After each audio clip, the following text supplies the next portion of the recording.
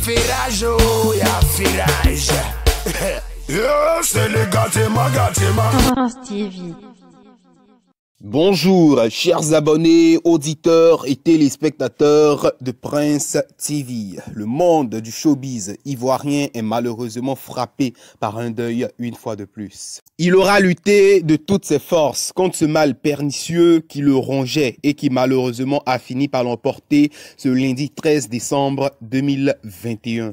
À une certaine époque, son nom rimait avec les plus folles ambiances de la capitale ivoirienne et la majorité des chansons, pour ceux qui se rappellent, portait son nom. Chaque fois on entendait Djagen Aboué, Djagen Aboué, Djagen Aboué. Grand manager de son état, il a managé de grands espaces de loisirs, des salles mythiques comme notamment le Roland Garros. Il a eu à manager de grandes stars comme notamment Soumbil, Yodé, Siro, les Jesus et plus tard DJ Arafat, le roi du coupé décalé, Mola Omar à côté, Erickson le Zoulou, Debordo Likunfa, DJ Kalouji, DJ Jacob et j'en passe. Imaginez le nombre de carrières qu'il a eu à construire dans le showbiz ivoirien et toutes ces personnes-là ont eu à bénéficier de son expertise. C'est pourquoi ce matin on constate sur les réseaux sociaux que bon nombre d'artistes sont en train de lui rendre hommage. Djagen Aboué s'en est allé, Djagen Aboué nous a quittés. Quand bien même son nom pesait lourd, on a constaté qu'il était distant ces derniers temps du milieu du showbiz. La raison était toute simple, il lui avait été détecté une insuffisance rénale. Après quoi, malheureusement, il a eu à subir une amputation de la jambe. On retiendra de lui donc que c'était un grand homme qui a contribué à l'évolution des espaces chauds d'Abidjan, à l'évolution, au développement de la carrière de grands artistes ivoiriens. Mais malheureusement, le lundi 13 décembre 2021, Djagen Aboué nous a quittés. Que la terre lui soit légère, que son âme repose en paix, son nom restera jamais aggravé dans nos têtes à travers de nombreuses chansons, à travers de nombreux artistes et bien de choses à sa famille biologique, à sa famille artistique. Prince TV. On poursuit maintenant avec une information relative à Debordo Likunfa Bakacha, le maître au pas la nation qui s'est exprimé il y a quelques heures sur les réseaux sociaux avec une toute petite vidéo que je vous laisse voir et on revient.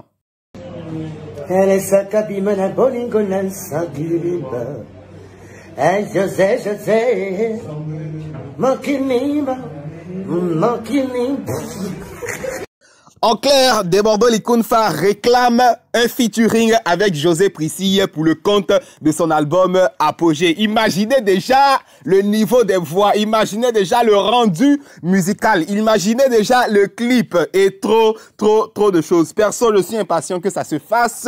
Mais bon, après on se dit Debordo, il parle de l'album Apogée, tantôt ça va sortir, tantôt ça va pas sortir parce que les gens n'achètent pas la musique. On ne sait pas, c'est bien sûr, on serre nos fesses et on se concentre en train d'imaginer un featuring José Priscille et Debordo Likunfa. Prince TV. Le verdict est tombé finalement pour Koffi Olomide Mopao Mokonzi qui, comme on le sait tous, comme on suivait tous sur les réseaux sociaux, avait une grosse affaire avec la justice française vis-à-vis de ces ex-danseuses qu'il accusait de séquestration, de viol, de violence des années antérieures, comme vous avez pu le lire, le découvrir avec nous tous sur les réseaux sociaux.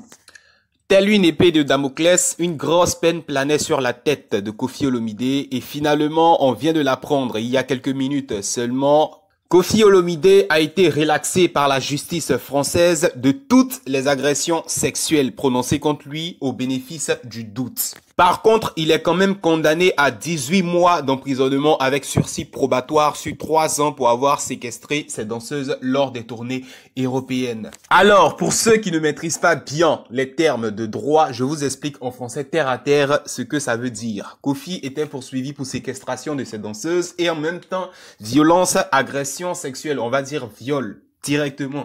Et quand on dit relax, côté agression sexuelle, c'est-à-dire la justice française a décidé d'abandonner toutes les charges, tous les chefs d'accusation relatifs aux violences sexuelles, au viol contre Koffi Olomide par manque de preuves.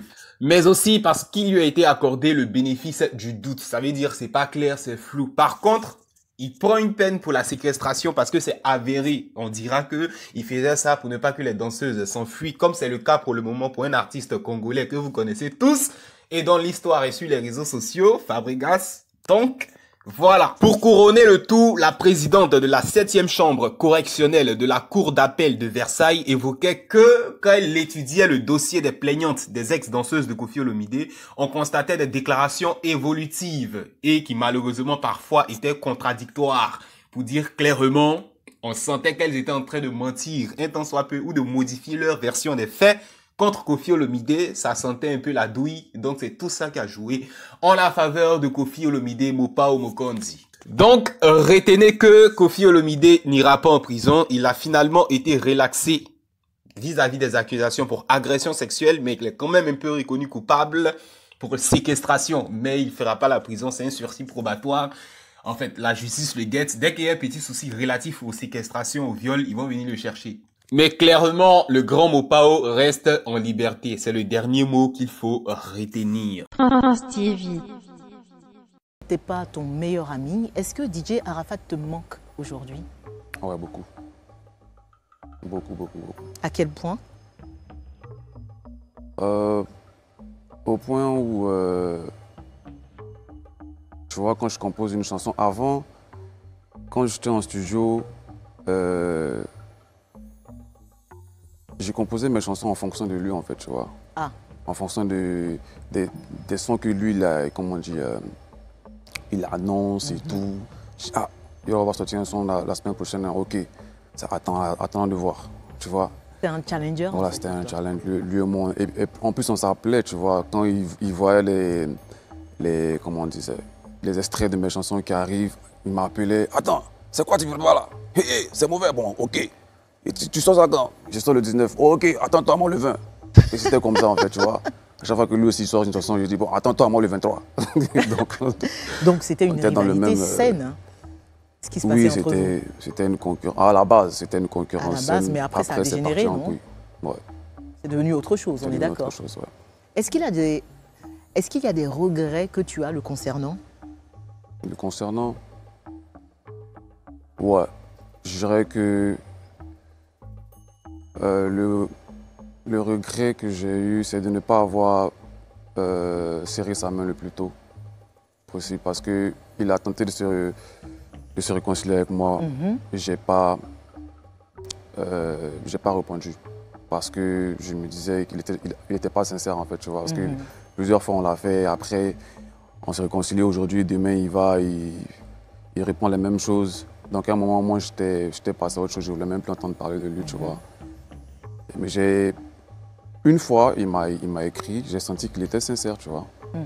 Mais il y a cet orgueil-là qui t'a dit, oh, laisse tomber, tu vois. Et puis... Tu te dis aujourd'hui que tu aurais dû... On n'a pas pu vraiment se réconcilier jusqu'à ce qu'il décède parce que au moment où on a décidé vraiment de le faire, c'est en ce moment-là qu'il est parti. Mais heureusement qu'on s'était parlé au téléphone et on s'était vu, mais vite fait. Puis bon, on devait consommer cette réconciliation à travers une chanson qu'on devait faire ensemble, des concerts qu'on devait donner et tout. Il y avait toute une stratégie qui avait été mise en place avec une maison de téléphonie mobile pour lancer cette réconciliation-là. Ouais. Et ça devait déboucher sur un concert. Sur un concert, ouais.